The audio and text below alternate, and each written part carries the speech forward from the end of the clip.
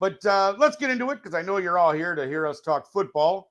So, Delilah, let's get right to it. Our beloved Bear had their first preseason game on Saturday, and we actually somehow came out with a victory over the old kids. I mean, again, it's preseason, we know, but hey, any win is a victory, right? You got to look at the positives here. 19-14 over the Chiefs. But my question to you is, what were some of the things that you saw that you liked about what the Bears did on Saturday? I mean, Simeon. I'm glad we Way to have go, him at Trevor. Way to backup. go, Trevor. Thank you so much. Someone even asked me, they're like, how do you feel about Simeon being like solid? I'm like, absolutely fantastic. Like, why would I be upset about that? Right. I'm like, if you could get some W's and be solid, like that's all I care about. Who could lead the team? So by all means, so it was great to see that, he could step in and, do what he needs to do. So far, like I did like to So see far. that, Yeah. I liked our running backs, our wide receivers. That was pretty much the only positive, Well, let's bring our us to you, Holy. Well, you know what though? There was some we things on still, defense that I did yeah, like with uh, some of the second I string want to see, guys. I want to see No, the some first more. team defense, right? Well, the first team defense we know is struggling right now. With Yeah. Roquan's not in there. We're trying to get pieces Yeah. together. But to me, one of the standouts was two guys. On the first team, it was Jaquan Brisker. That kid was just all over the ball. Number 9, like corner. This was a great pick. I know people were like, should have took a receiver first, but I think this pick may actually work out because this kid just attacks the ball, and he was all over the field in that game. He was everywhere, and I just think if he can keep that kind of intensity, and just continue to learn as a rookie and get better and better and better, that's going to be a great pick for us. Like he literally. And another one was kind of surprising. I know again it's second team, but the kid hustled. Nick Sanborn, number 57. Sanborn was in. He had a tackle for loss. He had He fumble did. recovery. He Like he was did. in there. The kid was playing hard. He was all over the place, and that's what you want to see. And here's one of the most important things for me. I don't know. Maybe again, everybody has a different view, I guess, in some time. But I just felt like they at least were ready to play. There wasn't stupid penalties. There wasn't like miscommunication. There was no like false starts. They didn't have a lot of flags.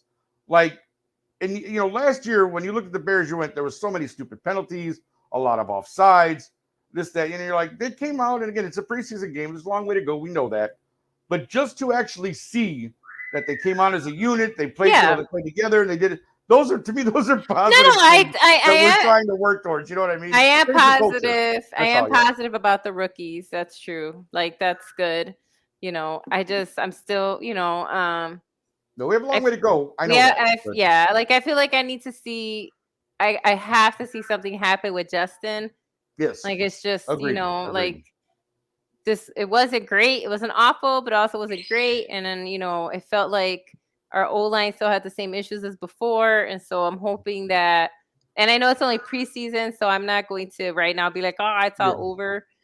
But No, like but I know what you mean. those are the areas that I really need to see something different happen in week 2. But yeah, I am glad that the rookies are coming out and doing what they got to do, because that's what we're trying to do. I'm totally fine with the new, like managers, like not taking any gumption anymore and being like, look we need to be disciplined, need to go out and whatever. And I'm totally fine with the idea of you get it done or you're out, like, because that's what we're looking for, right? Why are we going to keep people on if you're not going to do exactly what we signed you to do? So, but yeah, so yeah, I mean, I'm hoping that, like I said, like I am happy that, our new guys in defense are showing up and did what they have to do. Darnell Mooney's gonna Mooney, right? Mooney is money. So I'm always gonna be happy to see him out there. I want to see more from Khalil Herbert because I do think that he can do more than, what they're using him to do. But again, preseason, I get it. With your running backs, you need to be more cautious. He did get banged up a lot, but I really want to see more from Khalil because I really do think he could be a star. Like I really Yeah. think he could take that run. He really has Yep. he really has it in him to really get those yards and the way he's got to do. But again, want to see some improvement in that O line. Want to see more from Justin. But again, I am, again, was very happy to see that Simeon Yeah. could step in if he needs to. I have no problem with that. Like, and again, our defense is aging, so it's nice to see you guys come in and take over. Um, the whole Roquan Smith situation, if you guys are following, Yeah. there's some weird guy that no one knows who's calling the Chicago Bears, who's calling all these management people. No one even knows who he is. They don't know if that's his manager or whatever. And he's making all these calls and asking for all these like ridiculous like demands and money. Yeah. Even like Schefter said that like all the offers that the Bears have put on the table for Roquan Smith have been fair.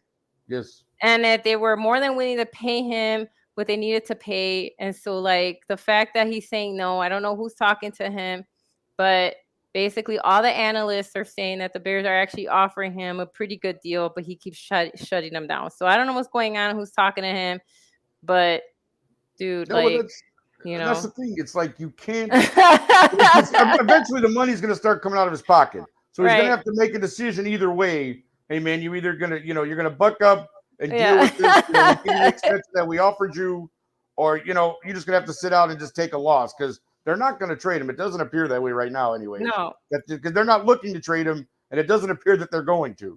So Roquan has a decision to make himself. And again. Like you said, I mean, some expert, and again, we don't know what's being offered. They haven't actually given hard numbers. They just say that it's fair. So whatever they consider in their mind to be fair is what they're going on. So again, we shall see in the coming weeks how this story develops. But and that's coming. And I'm just saying, like, no one is ever on the Bears side, by the way. So whenever I see analysts actually like take our side, that tends to tell me that it was a fair offer because people always hate us, hate our managers, hate our owners, which I understand. There's a lot of reason for that. But like, if all of these like analysts are saying like, nah, he's getting like fair offers and he's still like saying no. And like I said, like there's a person claiming to rep him who's making these phone calls. So we don't know what's going on. That's a little weird. Right. But they're saying there's like this dude who's just calling and like, representing him and asking for all this stuff. So I don't know what's going on, Roquan. I don't know who you're talking to. Exactly. I don't know what's going on, but you need to figure it out because it's not making you look good. Not and not even for us. Like if you wanted to go to another team and they're seeing this, they don't want to deal with that either. No, so that's true. Even if you wanted to be traded, people are looking at these things and they're looking at this weird guy that no one knows who's saying he represents you, making calls in your name. So figure that out, guy. Seriously. For sure. And answer your question, Sean Spencer, Daz Newsome actually, first half didn't do anything. He muffed a punt, dropped a pass that looked like he could have caught, but he redeemed himself with a touchdown in the second half. So we'll see if Daz is still fighting for that roster spot. And I tell you, Tajay Sharp looked good at the receiver position, and that rookie running back Ebner had made some good plays. So Daz Newsome's going to have to step it up a little bit. If your Carolina boy is going to make it into the 53-man roster, my friend. But moving on, we just real quick, we have a preview, not a preview, but the Bears play Seattle on Thursday night. They said the offense will probably get 6 to 10 snaps because it's a short week. You don't want to wear anybody out. So again, looking forward to what they do this week. See if they come out and play a little bit more aggressive. See what happens. We know we did lose a center. Doug Kramer also went down with an injury. So now we've lost 2 centers in Lucas Patrick and Doug Kramer. So now Sam Mustipher goes back to center position, which is not ideal for us. I don't think Mustipher is that great of a player. So hopefully we can figure this out, get that line in order, because as Delilah and I both know, it's going to start with that line this year. If they can't protect Fields, we're done. So that's one of the biggest things. Thanks for watching. If you like that clip, be sure to check out the other great content from the Let's Talk Football community. And as always, please like, subscribe, and hit that notification bell so you'll be notified when more great content like this becomes available.